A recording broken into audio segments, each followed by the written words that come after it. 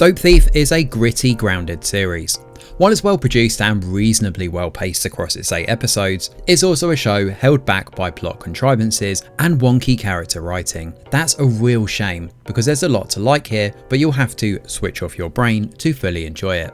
Based on a book sporting the same name by Dennis Tavoya, Dope Thief tells the story of 2 Philadelphia friends, Ray and Manny. These 2 run an operation where they pose as DEA agents to rob drug dealers. They have a pretty tight gig at first, but soon set their sights on bigger fish.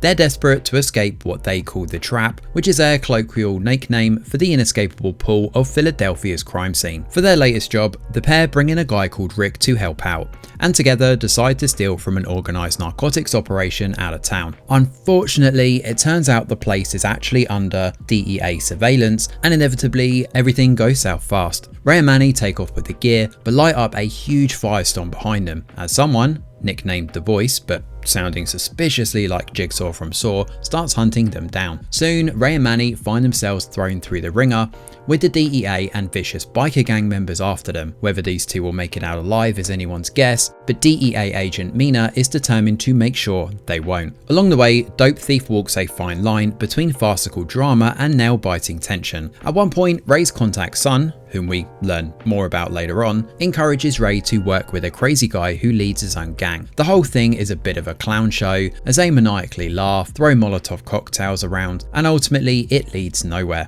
In fact, the whole sequence feels like a deranged fever dream. Speaking of dreams, the show also throws in the obligatory dream sequence episode later on, diving into Ray's past demons.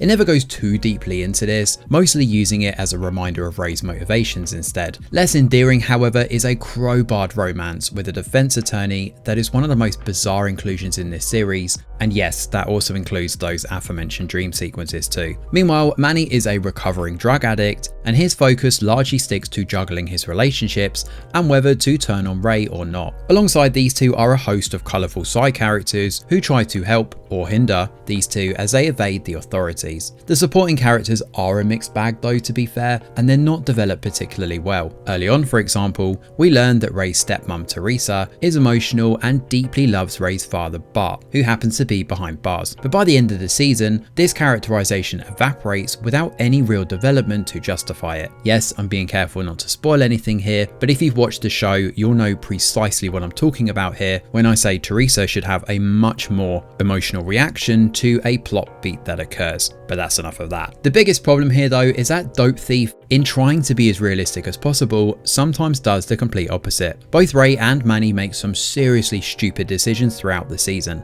They stumble from one bad set piece to the next, but it's never entertaining or to the benefit of character growth, like crime thrillers akin to Breaking Bad did during its run. These unrealistic elements really start creeping in around the midway point, and by the end, the story becomes very messy and contrived. Don't get me wrong, it's the fun kind of messy where you're curious to see how far down the rabbit hole the characters will fall, but it's still frustrating that the writing can't match the show's great acting and slick cinematography.